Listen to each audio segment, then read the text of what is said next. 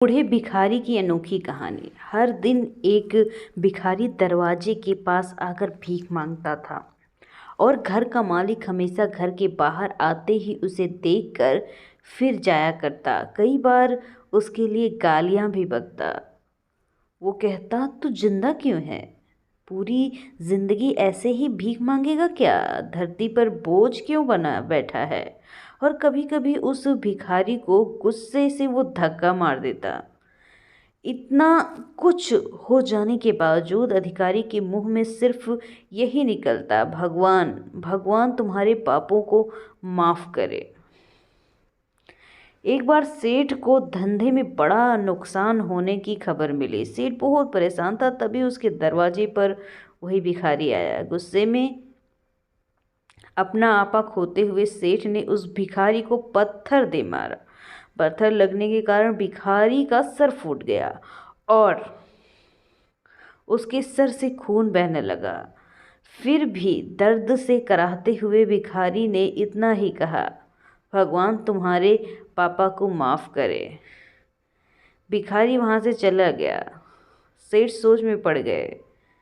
भिखारी को पत्थर मारा, फिर भी उसने सिर्फ प्रार्थना की। सेठ का गुस्सा शांत हुआ, शेर का मन शांत हुआ। भिखारी का रहस्य जानने के लिए सेठ ने भिखारी का पीछा करना शुरू कर दिया।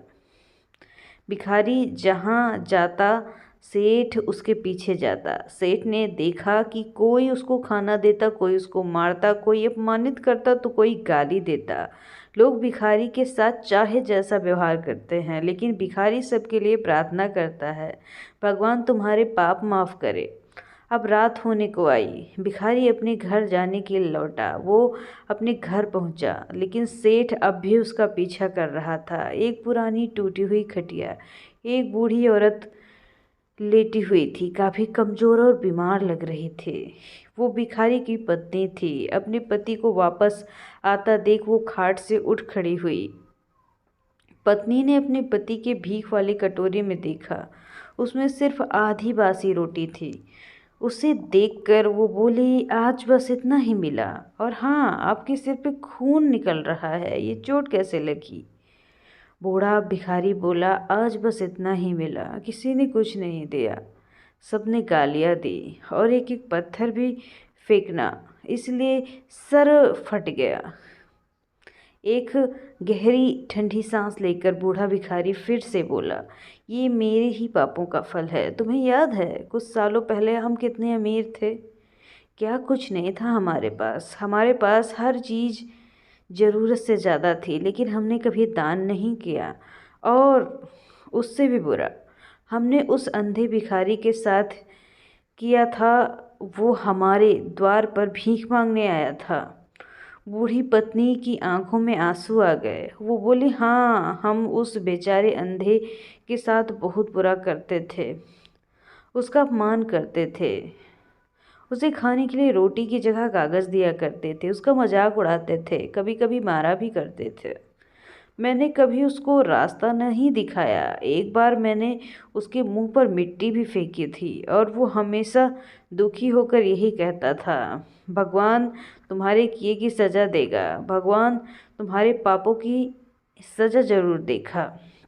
उसका साफ सच हुआ और हम आज इस भरी जिंदगी में आ गए हैं। भिखारी बोला, हाँ, उसका श्राप सच हुआ, इसलिए मैं किसी को बदुआ नहीं देता, चाहे कोई मेरे साथ कैसा भी बर्ताव करे, मैं हमेशा उसके लिए प्रार्थना करता हूँ। मैं नहीं चाहता कि कोई भी हमारे जैसा जिंदगी का अनुभव करे, किसी को भी हमारे जैसे दुखों का सामना करना पड़े। वो नहीं जानते कि वो कितना बड़ा पाप कर रहे हैं, इसलिए अनजाने में हुए पाप की ऐसी सज़ा किसी को नहीं मिलनी चाहिए।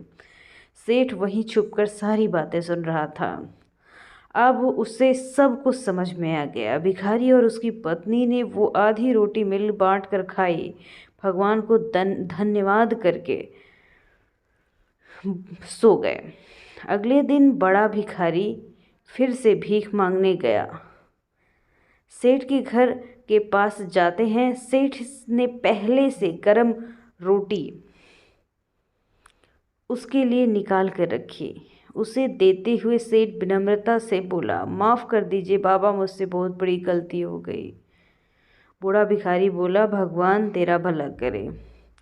इतना कहकर वो आगे निकल गया। इस कहानी से हमें ये सीखने लायक है कि वो बड़ी ही सिंपल आदमी चाहे किसी के बारे में बुरा कहे या भला कहे, लेकिन भगवान सिर्फ कर्म के हिसाब से फल देता है। क्या हुआ, भगवान नहीं देखता, लेकिन ये बिल्कुल सच है कि उसके खाते का हिसाब बहुत पक्का होता है। इसलिए जो भी कुछ करो अच्छा करो, सोच समझ के करो, कभी किसी का दिल ना दुखाओ, किसी को बुरा भला ना कहो, किसी से मारपीट ना करो। जो होगा उसका हिसाब